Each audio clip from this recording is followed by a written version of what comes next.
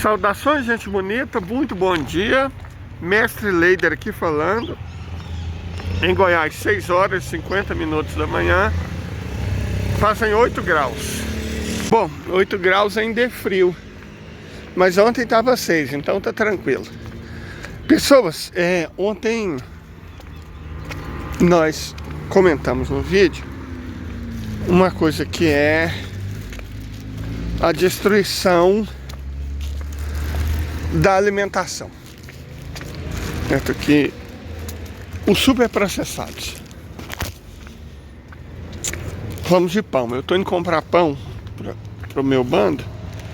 E aí ainda tô com o rótulo do pão que a minha irmã comprou. Farinha de trigo, açúcar invertido, sal, farinha de soja, soro de leite, gordura de palma, fermento biológico, vinagre de maçã, propionato de cálcio, ácido sórbico, álcool de cereais, éster de monoglicerídeo, éster de diglicerídeo, de ácido graxo, estearoil 2-lactil de calcil, lactil lactato de sódio, ácido cítrico, ácido ascórbico, azodicarbonamida, enzima amilase maltogênica. Esses são os ingredientes de um pão aleatório desses que a gente corta, né? Eu nunca gostei desses pães, eu sempre achei eles esquisitos. Mas enfim, é pão de sanduíche que a gente chama aqui. É óbvio que tem alguma coisa muito errada nisso.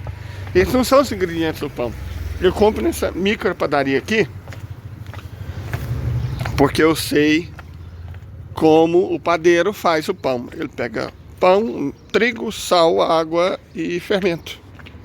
Não é o fermento natural, mas pelo menos é só um ingrediente a mais, fermento biológico. Pera aí, gente. É aqui, ó, meia dúzia de pães feito com água, farinha de trigo, sal e fermento, pelo seu Gilmar da padaria aqui do bairro. Bom,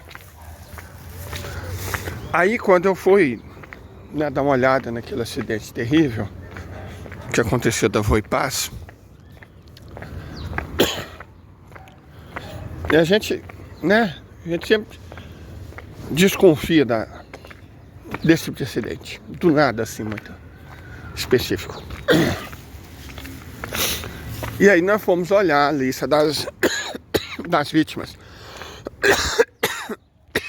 para ver o que tinha em comum. Tinha 2 altos oficiais da Igreja Católica, mas não tinha jovens. Mas o que chamou a atenção foi a proporção incomum de médicos e médicas de 2 especialidades: oncologia e AIDS, infectologia, né? Pessoas que estavam trabalhando em cura de AIDS e câncer, muito parecido com o perfil de 2 voos da Malaysia Airlines, o que foi explodido em cima da Ucrânia, né? Também tinha uma enorme quantidade de médicos especialistas em AIDS, em busca da cura da AIDS, e o da Malaysia Airlines, que simplesmente desapareceu.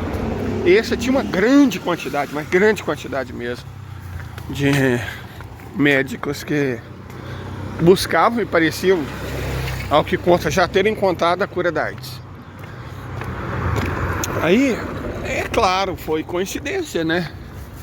É normal que médicos, que representam uma parcela pequena da população, infectologistas, uma parcela pequena dos médicos, que não dá muito dinheiro, e especialistas em HIV, que é uma parcela pequena dos infectologistas, que por sua vez é uma parcela pequena dos médicos, que por sua vez é uma parcela muito pequena do total da população.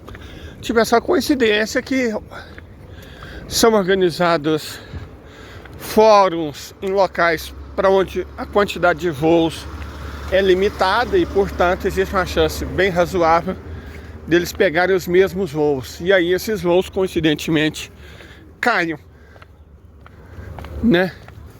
Acontece muito. É raro, mas acontece demais com médico infectologista que lida com doenças incuráveis, cujo tratamento é caro e que, portanto, oferece grandes lucros para as empresas farmacêuticas mundiais. Ok, normal, nada para ver aqui. Mas eu estava pensando naquela coisa do pão, né? Da alimentação, que ela é feita para nos adoecer. E eu falei, gente, talvez seja isso.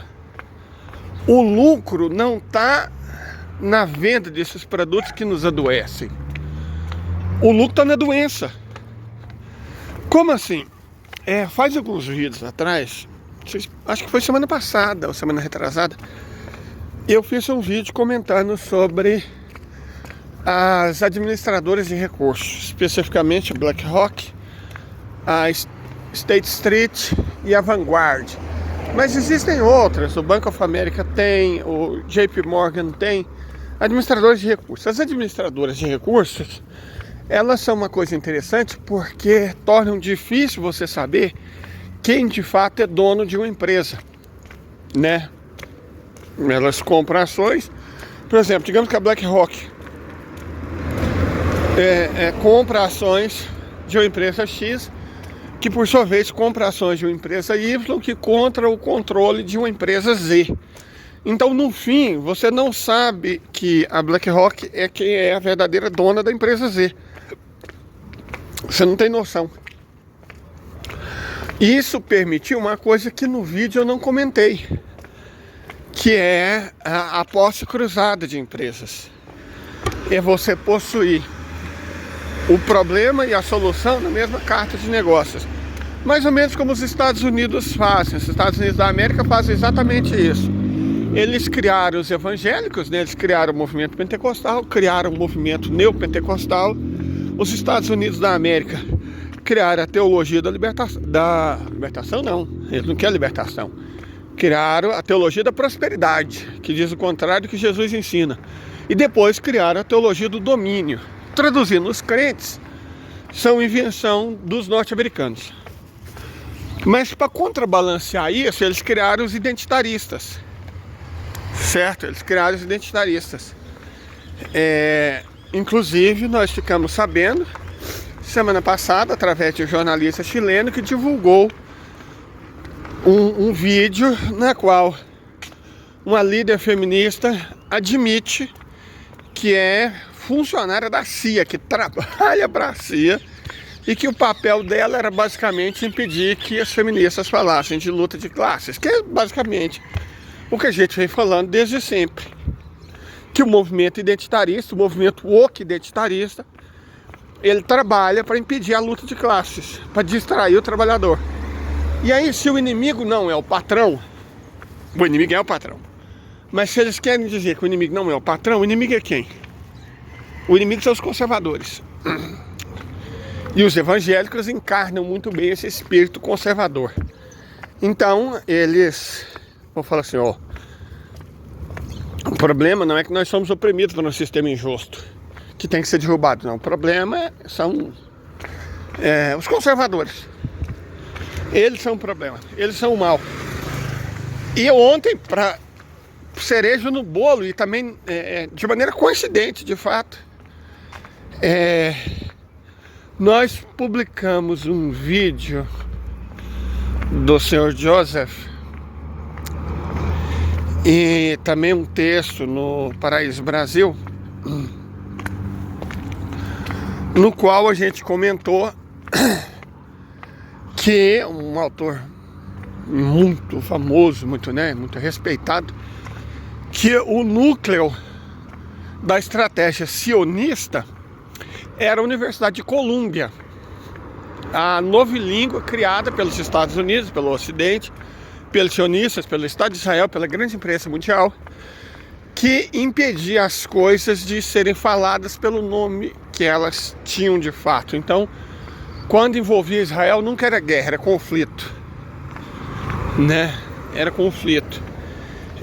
Não se usava nas reportagens sobre Israel a palavra massacre, genocídio, não se usava essas expressões.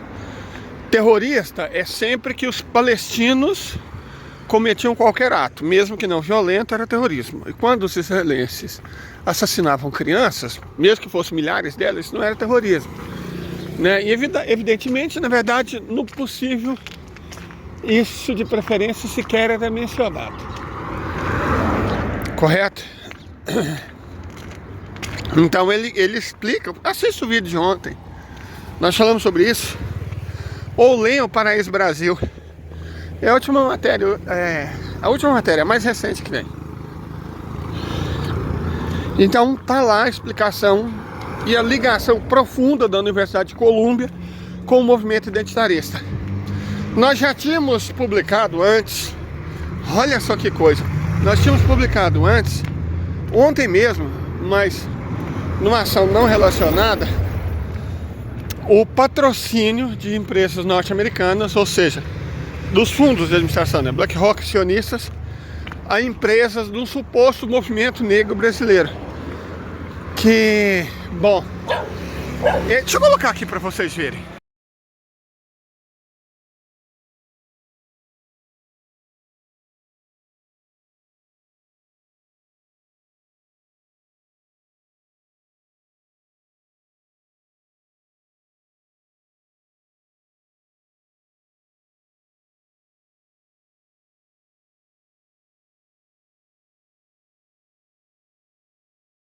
Então, bom, essa ideia de que tem que torcer para pretos, não para o Brasil, e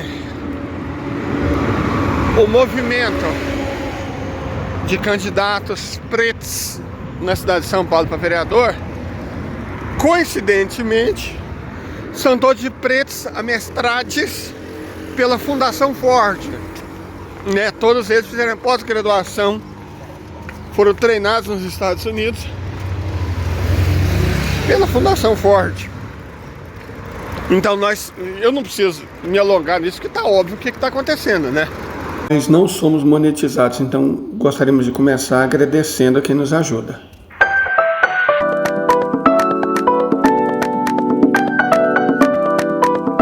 O movimento woke identitarista, ele realmente está sendo financiado por grandes empresas. Nós sabemos que as grandes empresas são administradas por fundos administradores de recursos e são todas conectadas.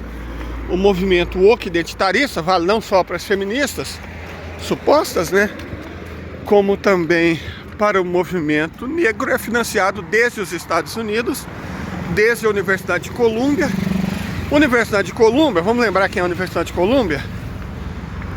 Foi aquela que chamou a polícia para bater nos estudantes e nos professores que estavam protestando a favor da Palestina. Essa é a Universidade de Colômbia. É a mesma Universidade de Colômbia que capacita negros do PSOL para concorrerem a vereador. Eu acho que não só capacita, né? Deve financiar a campanha também, o que é ilegal, mas não é ilegal na medida em que, se você pensa que a BlackRock é dona de empresas, que é dona de empresas, que é dona de empresas, ela pode tranquilamente ser dona de uma empresa brasileira, ou que se porte como brasileira, e aí essa empresa supostamente brasileira financia a campanha dessas pessoas que a Universidade de Colômbia acha compatível, né, com os interesses dela. Quer fomentar a cisânia. Vocês não competem pelo Brasil, vocês competem pelos negros, ao mesmo tempo em que evita a luta de classes. É isso, tá conectado. Essas mesmas empresas, vejam só, se são as patrocinadoras do movimento woke identitarista, da Universidade de Colômbia, das fundações fortes da vida, essas mesmas empresas, elas podem muito bem ser donas da indústria de alimentação, não porque querem vender mais salgadinhos, mas porque querem especificamente adoecer as pessoas. Adoecer as pessoas. O que elas desejam é adoecer as pessoas, porque o lucro não está necessariamente na venda de alimentos que adoecem, porque esses alimentos são baratos. A margem de lucro, imagino, não deve ser tão grande assim. Até espanta que empresas de alimentação, meia dúzia delas, controlam basicamente toda a alimentação do mundo ocidental e de países que emulam o mundo ocidental, como o Brasil. Mas, gente, por que elas têm um interesse tão grande de concentração em controlar a alimentação das pessoas? Não dá tanto lucro assim, não. A comida não dá lucro, dá pouco. Agora, a doença dá lucros imensos. Se a empresa dona das empresas supostamente de alimentação, que colocam substâncias, vocês viram, uma quantidade enorme de substâncias, de nome esquisito, num Helles pão, que é um ingrediente, que é um alimento que dá para ser feito com 2 ingredientes no limite, água e farinha, vamos colocar um pouquinho de sal.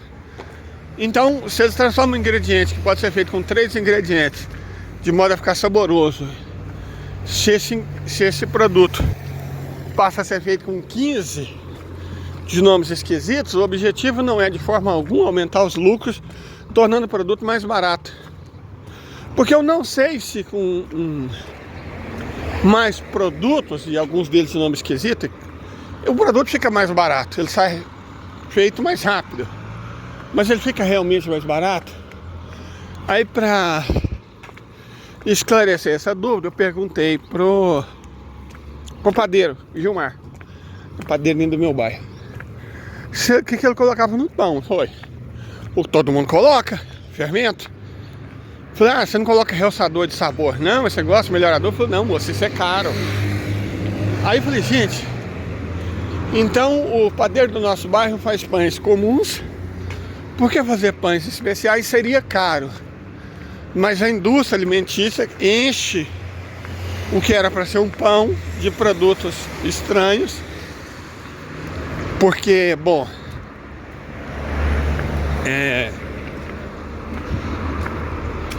seria caro?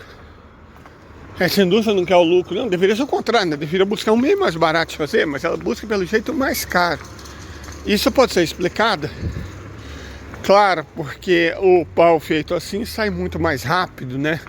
Fermentação é muito rápida, então você só dura mais tempo dentro da embalagem, não perde, né?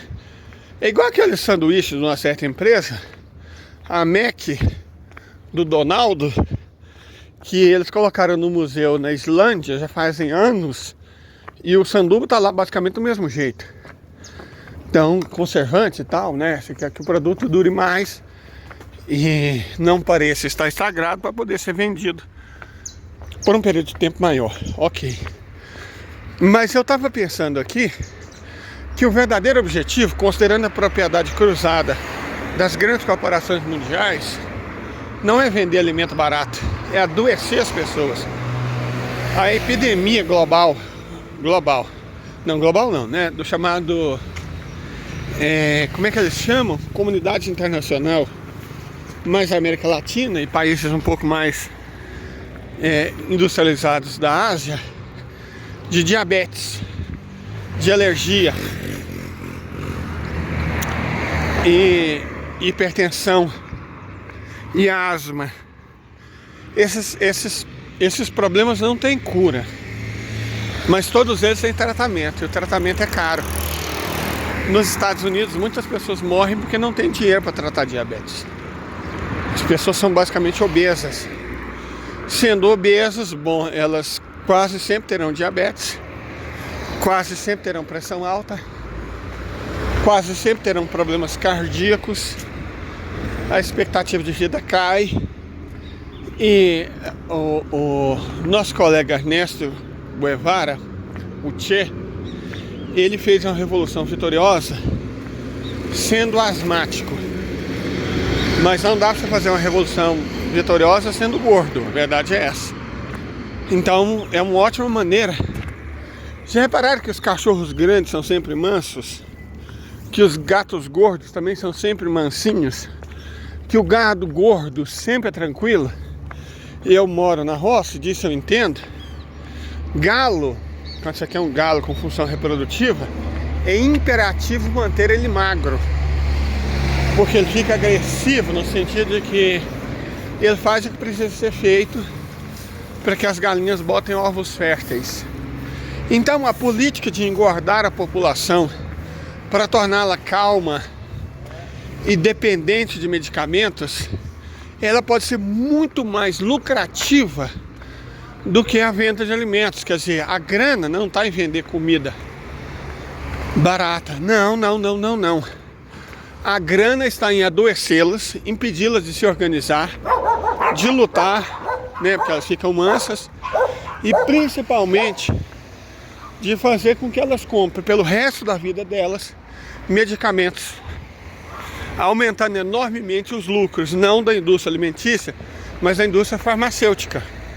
E aí a gente pensa que o responsável por essa alimentação brutal que as pessoas comem, a gente tende a achar que são as grandes empresas da indústria alimentícia.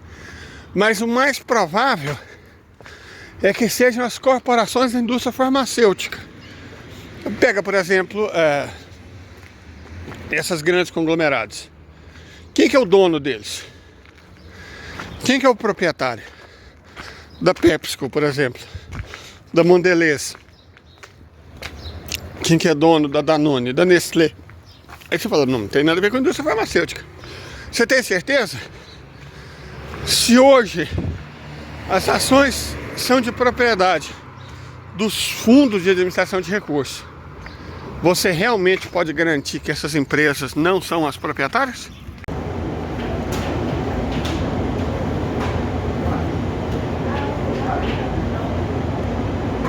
O mercadinho que eu comprei é do pai de 3 ex-alunos meus. Eu conheço todos eles. A mãe é da Igreja Católica. Lembra uma vez que eu vendi umas rifas para consertar a nossa capelinha aqui da comunidade? Então, ela é participante ativa da igreja. São pessoas boas que eu conheço há muitos anos. Enfim, eu entrei lá, falei, vamos testar a teoria, né? Aí comprei esse alimento aqui, a margarina.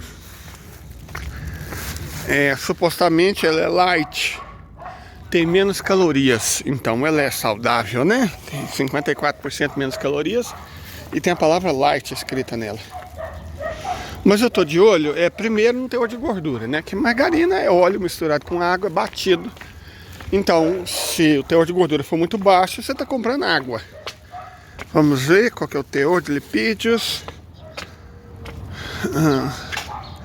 35%. Isso aqui, basicamente, 2 partes é água e uma parte é um óleo vegetal.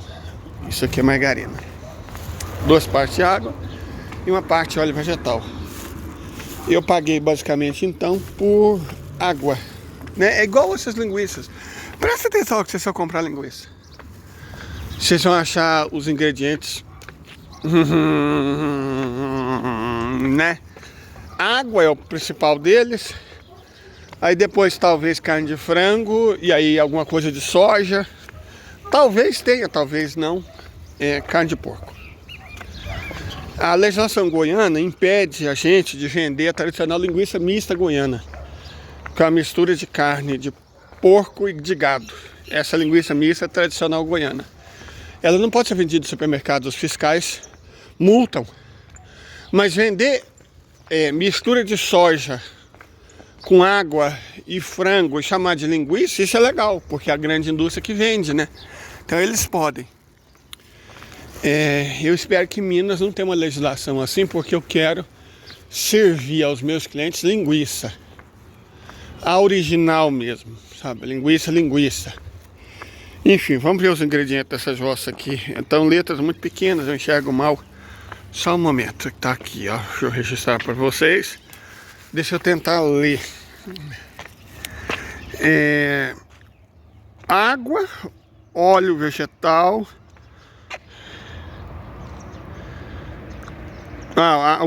O óleo de soja transgênico. Tá bem escondidinho aqui, mas é óleo de soja transgênico. Então nós sabemos que é água, óleo de soja transgênico, sal, creme de leite em pó, mono e diglicerídeo de ácido graxo, éster poliglicerol de ácido graxo, sorbato de potássio, ácido lático, antioxidante, EDTA, cálcio disódico, torciferóis, quer dizer que é mais de um, ácido cítrico, corante natural e geneticamente modificado, organismos geneticamente modificados. Então isso é o ingrediente da margarina.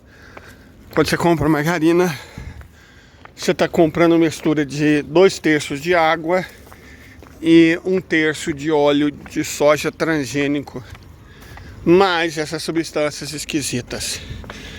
É evidente que uma jossa dessa não faz bem. Tá óbvio, né? É óbvio. Se você junta isso com pão de forma, com os ingredientes que eu mostrei para vocês, é óbvio que nós temos um grande problema, né? Nós temos um enorme problema, que você vai ter que consumir, enfim. Então, consegui vender essa margarina barata. E ela é barata. Eu paguei, acho que foi... Não foi R$8, foi R$7,95 nesse pote de água com óleo de 500 gramas. Então é comprável, né, para você misturar no meio do pão. Que esse aqui no caso é pão, porque eu conheço a padeira, eu sei que ele faz pães. Mas se eu comprasse pão de forma, bom, aí não seria pão, né? É uma mistura tóxica de elementos químicos que podem ser consumidos mesmo depois de meses, muitos meses. Questão da duração. Deixa eu falar. Eu quero ter meu sítio, se Deus quiser eu vou para lá mês que vem. E o ano que vem já a gente começa com o nosso restaurantezinho. Então a gente precisa dos ingredientes, né? Ok. A gente coloca sal nos alimentos como conservante. O sal conserva. Quando eu morei na roça, lá não tinha energia elétrica. Foram muitos anos que eu morei na roça e não tinha energia elétrica. E quando eu perdi tudo e vim para a cidade, no primeiro ano que eu morei em Catalão, eu não tinha geladeira. Não tinha. Então como é que eu conservava meus alimentos? Igual eu conservava na roça. Eu secava eles, né? A gente usa o sal. Você pode colocar de molho, fazer tipo conserva, com vinagre, um pouco de açúcar e um pouco de sal. Você conserva muita coisa assim. Pelota, eu fritava pelota e conservava no óleo. Comprava carne e fritava e conservava na gordura, igual a gente fazia na roça. Então o óleo, o vinagre, o açúcar, a fumaça, a desidratação, o sal conservam alimentos de maneira natural, sabe? São ingredientes aceitáveis. Agora, sorbato de sei lá o que, DTA e não sei o que, cara, isso aí tá meio esquisito. Isso não é aquilo que o ser humano evoluiu para comer, não. E aí eu fico pensando que empresas como essa aqui é de qual empresa? Eles não informam, mas só tem a marca comercial. Ah, tá aqui. É produzido pela Seara Alimentos, em Gaspar, Santa Catarina, São Paulo ou Ipojuca, Pernambuco, né? Seara. A Seara aparentemente é brasileira, mas eu não confio não. Quem que é dono da Seara? Não sei. Mas existe uma chance grande de empresas administradoras de recursos serem as proprietárias. Existe uma chance ainda maior dessa empresa administradora de recursos também ser proprietária da indústria farmacêutica, que é onde está a grana. E, bom, a Rússia, depois das conversações com Cuba, e também porque tem uma sólida capacidade científica, anunciou vacinas contra câncer. Cuba já tem vacina contra câncer há muitos anos. E a China também está investindo muito na cura da diabetes. E a Índia vende remédio barato, que não são proprietários dessas empresas. Camaradas, Os BRICS me parece mais do que uma organização comercial. Eles não são uma organização política, não são um grupo de esquerda, igual muita gente acha. O Brasil vai ser expulso dos BRICS. Não vai. BRICS são negócios. Só que com uma ótica diferente. Em vez de negócios controlados pelo Ocidente, pela chamada comunidade internacional, são negócios controlados por países outros, por interesses, portanto, também outros. A China não quer matar seus cidadãos. A China quer que eles vivam e produzam. Por isso, eu não sei de quem que é a Seara, mas pode ter certeza que ela não é dos chineses. Certo? Não estou dizendo que existe uma grande conspiração. Eu só estou dizendo que é hora da gente começar a pensar se vale a pena comer esses produtos tóxicos.